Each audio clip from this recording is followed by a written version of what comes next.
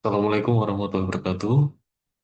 Oke, perkenalkan, saya Muhammad Khairul Fikri, mahasiswa Prodi S1 Akuntansi Universitas Subra-Asia. Pada kesempatan ini, izinkan saya membahas tentang value change.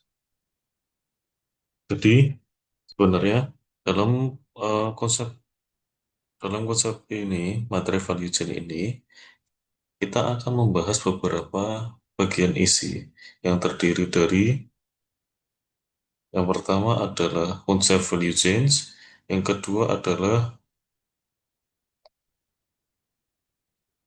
komponen value change, yang ketiga adalah tujuan value change, yang keempat adalah pentingnya value change, yang kelima adalah contoh jurnal value change. Nah, untuk mempersingkat waktu, mari kita bahas untuk slide berikutnya.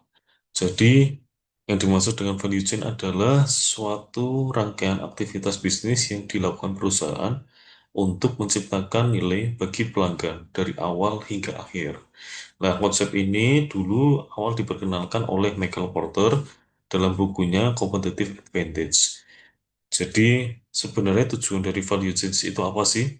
Jadi, tujuan dari value chain itu adalah meningkatkan keunggulan kompetitif dengan menciptakan nilai lebih tinggi dari biaya yang dikeluarkan. Oke, berikutnya. Nah, kenapa saya tertarik untuk membahas materi ini?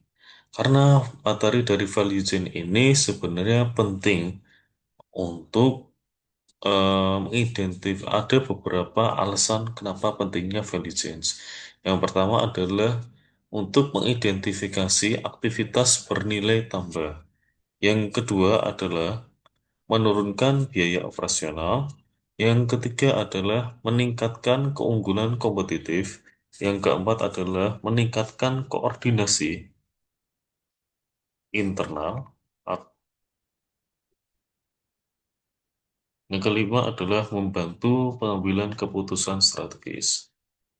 Nah, untuk yang alasan yang pertama adalah mengidentifikasi aktivitas bernilai tambah.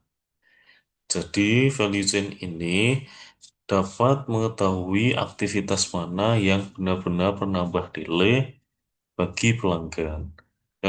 Yang selain itu, adanya aktivitas value chain ini juga dapat membantu aktivitas-aktivitas mana yang tidak efisien. Sehingga hal-hal yang tidak efisien ini dapat dihilangi, kemudian menambahkan hal-hal yang dapat menambahkan nilai tambah dari produk itu sendiri. Yang kedua adalah mengurangi biaya operasional. Nah, kenapa value chain ini mengurangi biaya operasional? Dalam mengidentifikasi nilai tambah tersebut, kan suatu perusahaan itu akan menganalisis proses internal dari perusahaan itu sendiri untuk menemukan hal apa saja yang tidak efisien atau terjadi pemborosan. Dari adanya temuan tersebut, maka perusahaan itu dapat menurunkan biaya operasional tanpa mengurangi kualitas. Terus yang ketiga adalah meningkatkan keunggulan kompetitif. Dengan adanya nilai tambah dari suatu produk atau dari nilai tambah dari mata rantai produk itu sendiri, maka seorang perusahaan ini dapat menciptakan keunggulan kompetitif dengan cara menciptakan suatu produk yang berbeda dari pesaingnya atau melakukan diferensiasi. Yang kedua, yaitu dengan cara menekan biaya terendah, kan, sehingga memaksimalkan keuntungan atau memaksimalkan keuntungan yang diperoleh. Yang keempat adalah meningkatkan koordinasi internal. Dengan adanya kegiatan value chain ini penting dilakukan sehingga dapat memperkuat kerjasama antar divisi, baik itu logistik, produksi, pemasaran, dan layanan. Yang kelima adalah membantu pengambilan keputusan strategis. Jadi ketika kita melakukan identifikasi atau melakukan strategi untuk value chain dari suatu produk itu sendiri, kan, kita itu perlu mengetahui gambaran menyeluruh dari proses bisnis perusahaan. Setelah kita mengetahui dari proses bisnis secara keseluruhan di perusahaan, nah perusahaan ini dapat dimudahkan untuk mengambil keputusan demi merancang strategi jangka panjangnya. Oke, next. Nah, komponen value chain itu sebenarnya ada dua. Yang pertama adalah primary activities, yang kedua adalah support activities. Primary activities atau kegiatan utama dari value chain itu sendiri sebenarnya suatu kegiatan langsung yang terlibat dalam penciptaan produk atau jasa. Nah, primary activities ini sebenarnya terdiri atas 5 kegiatan. Yang pertama adalah inbound logistik, yang kedua adalah operation, yang ketiga adalah outbound logistik, yang keempat adalah marketing and sales, yang kelima adalah service. Nah, untuk inbound logistik itu sebenarnya adalah suatu aktivitas untuk menerima, menyimpan, dan mendistribusikan bahan baku dari pemasok kepada perusahaan. Dalam hal ini biasanya itu terkait dengan manajemen pergudangan, manajemen terkait dengan transportasi, dan lain-lain. Nah, terus yang kedua adalah operation. Dari operation ini adalah suatu kegiatan yang digunakan untuk merubah dari bahan baku mentah menjadi barang atau produk jadi. Nah, contohnya adalah perakitan suatu produk. Nah, perakitan ini biasanya itu dilakukan untuk menyusun dari bahan baku mentah menjadi produk jadi itu sendiri. Yang ketiga adalah outbound logistik. Jadi outbound logistik ini adalah suatu kegiatan yang digunakan untuk mendistribusikan produk jadi kepada konsumen-konsumen atau bayarnya. Nah, contoh dari suatu kegiatan ini adalah kegiatan distribusi atau pengiriman. Nah, kan. Nah, terus yang keempat yaitu marketing and sales. Nah, kegiatan ini sangatlah penting karena ketika kita menjual suatu produk, maka tentunya produk itu diharapkan dapat terjual dengan baik sehingga perusahaan dapat memperoleh profit, keuntungan dan target penjualan akan tercapai.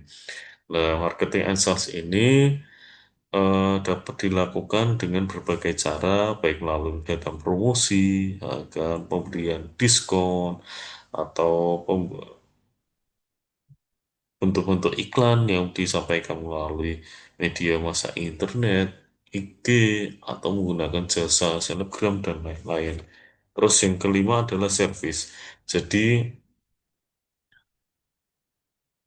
kegiatan service ini sebenarnya kegiatan yang diberikan kepada pelanggan dalam bentuk layanan purnajualnya itu sendiri.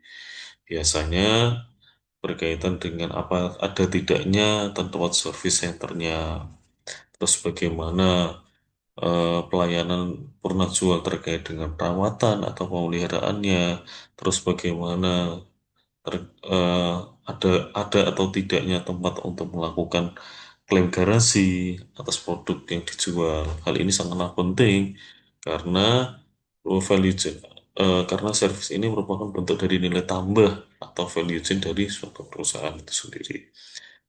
Yang kedua adalah support activities. Jadi support activities ini adalah suatu kegiatan pendukung, kan, atas kegiatan atau aktivitas utama agar aktivitas utama ini dapat dijalankan dengan baik dan efisien. Jadi support activities ini terdiri atas 4 kegiatan. Yang pertama, infrastruktur. Yang kedua adalah human resource management. Yang ketiga adalah teknologi development. Yang keempat adalah procurement.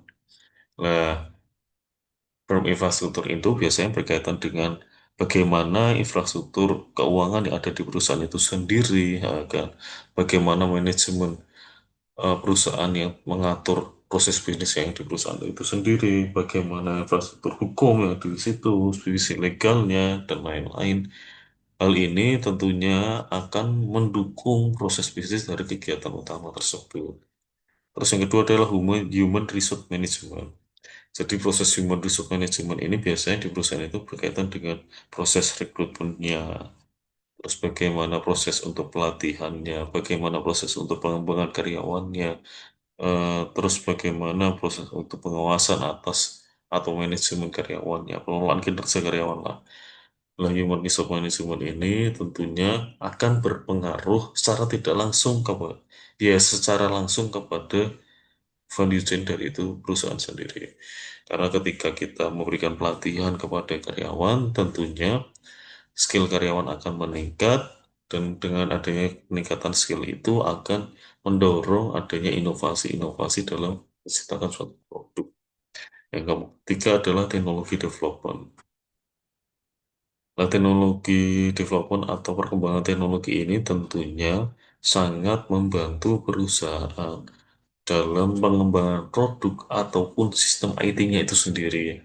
Nah, teknologi development ini dapat dilakukan dengan cara upgrade teknologi informasinya sendiri, melakukan research and development, ataupun melakukan inovasi-inovasi dalam perkembangan teknologi yang ada di perusahaan.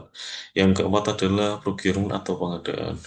Dalam hal ini, kegiatan procurement ini biasanya sangatlah penting di perusahaan, karena dalam kegiatan ini, perusahaan ini perlu melakukan pengadaan bahan dan jasa yang berkaitan dengan bahan baku untuk menciptakan suatu produk. Biasanya itu. Oke, selanjutnya.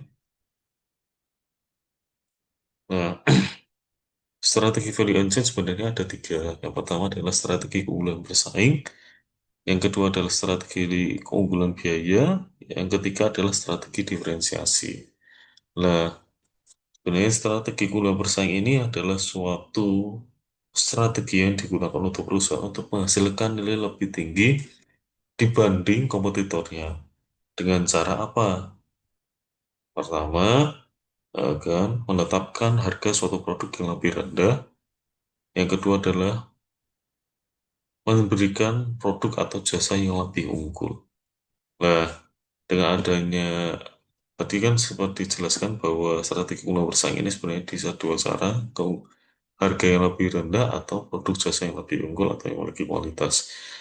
Harga yang lebih rendah ini tentunya akan menarik pangsa pasar dari kompetitor atau konsumen dari kompetitor. Nah, dengan adanya itu, maka produk yang kita tawarkan pasti akan bernilai lebih daripada kompetitor yang lain, karena dipandang produk kita lebih murah, walaupun dengan catatan kualitasnya tetap sama. Yang kedua adalah memberikan produk atau jasa yang lebih unggul. Ketika suatu konsumen dihadapkan dengan dua produk yang memiliki kualitas yang sama, kan, dengan harga yang sama tapi memiliki kualitas yang berbeda, tentunya konsumen tersebut akan memilih produk yang memiliki kualitas yang unggul. Terus, yang kedua adalah strategi keunggulan biaya. Dalam strategi ini, akan produsen ini akan melakukan strategi bagaimana si produsen ini dapat memproduksi suatu barang dengan biaya yang rendah dibandingkan dengan para kompetitornya. Nah, keuntungan adanya strategi keunggulan biaya ini akan otomatis perusahaan itu dapat memperoleh keuntungan, baik itu memperoleh keuntungan dari profit margin dari suatu produk yang lebih tinggi, ataupun yang kedua, dia bisa menjual harga yang lebih murah dengan dari pesaingnya dengan kualitas yang sama, tanpa mengabaikan kualitas. Hal ini tentunya ketika kita melakukan strategi unggulan biaya, perusahaan tersebut maka dapat berkompetisi dengan kompetitornya dan kemungkinan besar produk dari perusahaan tersebut akan terjual lebih banyak karena produk yang dari perusahaan itu dapat lebih memiliki harga yang lebih murah daripada pesaing. Terus untuk menerapkan strategi keunggulan biaya ini, kan perusahaan itu dapat menjalankan beberapa aktivitas-aktivitas dalam melakukan strategi itu. Yang pertama, yang pertama adalah inbound logistik. Jadi perusahaan itu dapat mencari supplier murah dan jasa ekspedisi atau logistik yang lebih efisien. Yang kedua, melakukan kegiatan operation. Jadi perusahaan tersebut idealnya harus melakukan pengelolaan produksi dengan seefisien mungkin, meminimalkan limbah, dan memaksimalkan bahan baku. Terus yang ketiga adalah outbound logistik. Jadi, perusahaan tersebut harus mempertimbangkan bagaimana produk tersebut didistribusikan kepada pelanggan dengan biaya yang lebih murah. Kan? Apakah rutenya eh, dibuat seoptimal mungkin dan seefisien mungkin atau seperti apa. Terus yang keempat adalah marketing and sales. Dalam kondisi ini biasanya perusahaan itu harus memikirkan bagaimana bagaimana eh, kegiatan pemasaran yang lebih efektif untuk menjangkau pasar dan dapat meningkatkan penjualan dengan biaya yang sebisa mungkin itu lebih murah daripada biasanya. Yang kelima adalah service. Ketika kita memberikan produk dengan kualitas yang bagus, dengan biaya yang lebih murah, hal ini tentunya dapat mendorong untuk biaya perbaikan atau biaya layanan purna jual itu sendiri. Contoh beberapa perusahaan yang telah menerapkan strategi pengelolaan biaya ini adalah IKEA. IKEA adalah salah satu perusahaan yang di mana dia dapat mengurangi ongkos pengiriman karena konsumen diharapkan dapat membeli produknya agar tanpa dia terbebani untuk mengirimkan ongkos kirim kepada lokasi konsumen itu sendiri. Yang ketiga adalah strategi diferensiasi. Sebenarnya strategi diferensiasi ini merupakan strategi yang dilakukan perusahaan untuk menciptakan produk atau layanan yang unik dan berbeda dari kompetitornya, sehingga lebih dihargai oleh pelanggan. Nah, caranya gimana? Menerapkan strategi diferensiasi. Yang pertama, ketika kita menawarkan produk dengan inovasi yang lebih tinggi ataupun produk yang berbeda dengan perusahaan lain, tentunya perusahaan itu dapat menerapkan beberapa kegiatan utama dalam value engine berupa inbound logistik, yaitu dengan cara memberi bahan baku dengan kualitas yang premium, sehingga produk yang ditawarkan ini kan merupakan produk yang eksklusif. Setelah itu yang kedua adalah melakukan pression. Jadi produk yang dihasilkan ini setidaknya itu memiliki kualitas yang tinggi. Yang ketiga adalah outbound logistik. Nah, outbound logistik ini bukan hanya mengacu pada pengirimannya ya. Sebenarnya outbound logistik ini bisa juga mengacu pada bagaimana kemasan yang dijual dari produk itu sendiri, apakah menarik atau tidak, ataukah terlihat eksklusif atau tidak. Ya, dan kedua itu bisa juga outbound logistik ini bisa mengacu bagaimana layanan pengiriman yang diberikan oleh perusahaan kepada pelanggannya, apakah lebih cepat atau tidak. Yang keempat adalah marketing and sales. Nah, marketing and sales ini biasanya perusahaan ini dapat melakukan kegiatan marketing and sales dengan membentuk suatu branding yang kuat, ya kan? Ataupun membuat suatu iklan dengan cerita yang menarik perhatian dari para konsumen itu sendiri. Yang kelima adalah service. Jadi ketika suatu produk itu telah dipasarkan telah dibrandingkan dengan produk yang eksklusif, tentunya harus diimbangi dengan layanan purna jual yang baik, sehingga eh, konsumen ini akan lebih tertarik untuk membeli produk itu sendiri. Bisa juga dengan cara memberikan layanan garansi yang lebih lama. Contoh dari perusahaan yang telah menjalankan strategi diferensiasi adalah Apple. Nah, tentunya di Indonesia sendiri, produk Apple merupakan produk yang terkenal dengan hal yang eh, elegan, eksklusif, dan mahal. Orang yang memakai Apple dianggap sebagai orang yang mampu atau orang yang kaya karena harga produknya itu pun nilainya belasan juta, bahkan ada yang sampai di atas 20 juta. Tentunya tidak semua orang itu dapat menjangkau barang tersebut. Terus,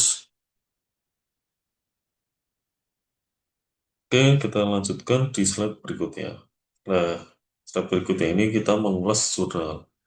Jurnalnya itu tadi terkait dengan analisis strategi diferensiasi, kualitas produk, dan harga terhadap keputusan pembelian di rumah kopi Coffee Islands. Lah, latar belakang jurnalnya. Jadi Coffee Island ini merupakan salah satu kafe yang berada di Manado. Saat itu kafe tersebut beroperasional di Mega Mall, Kelurahan Wenang Selatan, Kecamatan Wenang, Kota Manado, Sulawesi Utara. Namun saat ini kafe tersebut sudah tidak operasional lagi. Seperti yang kita ketahui, Manado merupakan salah satu kota di bagian timur Indonesia yang berada di Sulawesi Utara dan memiliki daya tarik keindahan alam yang menarik, mulai dari adanya Taman Bunaken dan adanya kuliner yang terkenal di mancanegara. Nah, adanya daya tarik wisata tersebut tentunya menarik beberapa orang untuk datang ke atau jalan-jalan ke Manado. Hal ini tentunya akan berpengaruh positif kan, terhadap perkembangan yang terjadi di kota Manado itu sendiri. Sehingga banyak investor yang datang ke Manado dan melihat adanya perkembangan itu sebagai peluang untuk kegiatan bisnis. Nah, adanya beberapa investor tersebut tentunya akan menciptakan suatu kompetisi dalam bisnis. Nah, tentunya persaingan bisnis itu menuntut perusahaan harus mampu bersikap dan bertindak cepat dalam menghadapi persaingan di lingkungan bisnis yang bergerak dinamis dan penuh dengan persaingan. Oleh karena itu, setiap perusahaan ini dituntut dapat bermain secara komprehensif, kompetitif dalam menciptakan dan mempertahankan produknya. Nah, kondisi pasar yang kompetitif ini dan dinamis ini akan mengakibatkan setiap perusahaan ini harus selalu menghadapi persaingan dalam lingkungan bisnisnya. Tentunya dalam menghadapi lingkungan persaingan yang kuat dan ketat ini, setiap perusahaan ini dituntut harus mengoptimalkan sumber daya ekonominya guna meningkatkan daya saing produknya serta mampu meramu serangkaian strategi pemasaran yang efektif dan selalu mengembangkan strategi pertama pemasaran tersebut secara terus-menerus serta berkelanjutan. Oke, tujuan dari jurnal tersebut adalah untuk mengetahui pengaruh dari strategi diferensiasi, kualitas produk, dan harga secara simultan terhadap keputusan pembelian.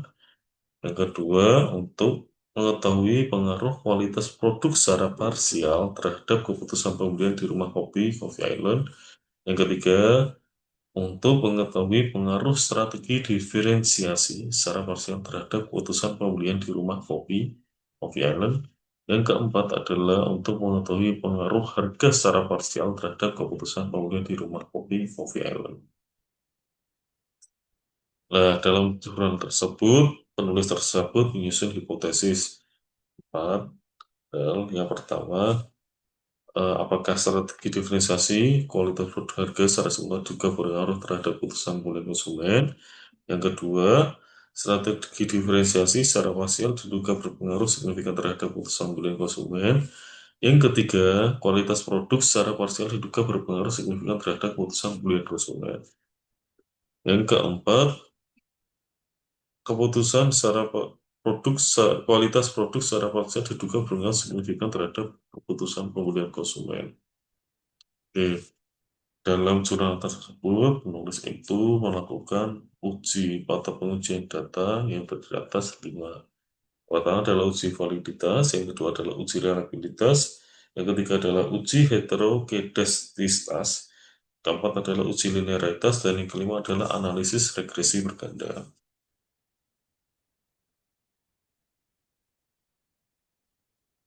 Nah, dari hasil pengujian tersebut didapatkan pembahasan dengan sebagai berikut. Intinya sih gini ya, untuk menguji pengaruhnya tersebut itu dapat dengan analisis regresi linear berganda, sehingga diperoleh persamaan Y sama dengan 26,909 plus 0,132 kali X1 tambah 0,133 kali X2 tambah 0,36 kali X3. di mana Y merupakan variabel dependen yang menggambarkan terkait dengan keputusan pembelian, sedangkan X1 merupakan variabel independen yang menggambarkan strategi diferensiasi, X2 merupakan variabel independen yang menggambarkan kualitas produk, dan yang X3 adalah variabel independen yang menggambarkan harga.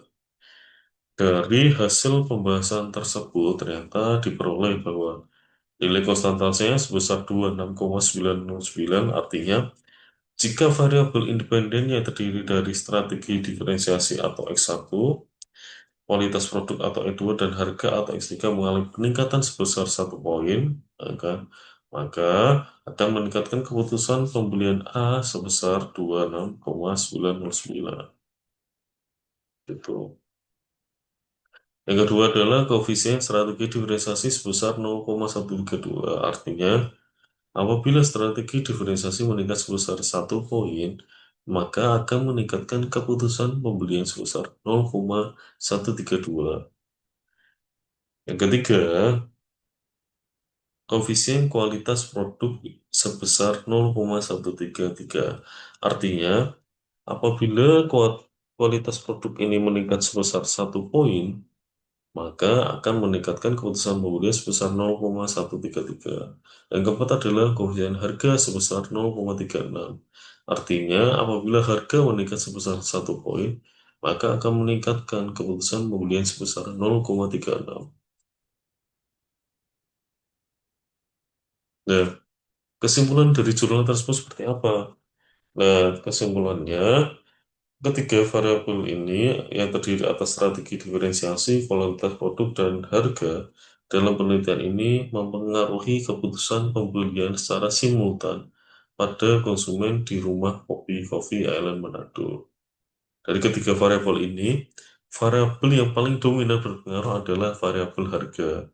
Kemudian diikuti variabel kedua yaitu kualitas produk, dan yang ketiga adalah variabel yang terakhir adalah strategi diferensiasi. Oke, cukup sekian presentasi dari saya. Saya mengucapkan mohon maaf apabila ada kesalahan dalam tutur kata maupun sikap. Semoga presentasi yang saya sampaikan ini dapat bermanfaat. Assalamualaikum warahmatullahi wabarakatuh.